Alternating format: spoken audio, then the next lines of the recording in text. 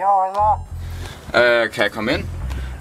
Jo, men du skal først lige hen og hente nogle cigaretter til mig, min ven. Ej, ikke igen. Please. Kan jeg ikke lige komme ind? Nej, du skal gå hen. Du kommer ikke ind for dig.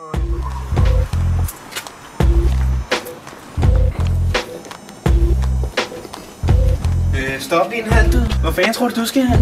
Jeg skal bare ned på tanken og købe nogle smøger. Cigaretter? Ja. Du skulle da ikke gammel nok til at ryge det. Nej, men det er bare til min ven. Din ven? Hvad fanden snakker du?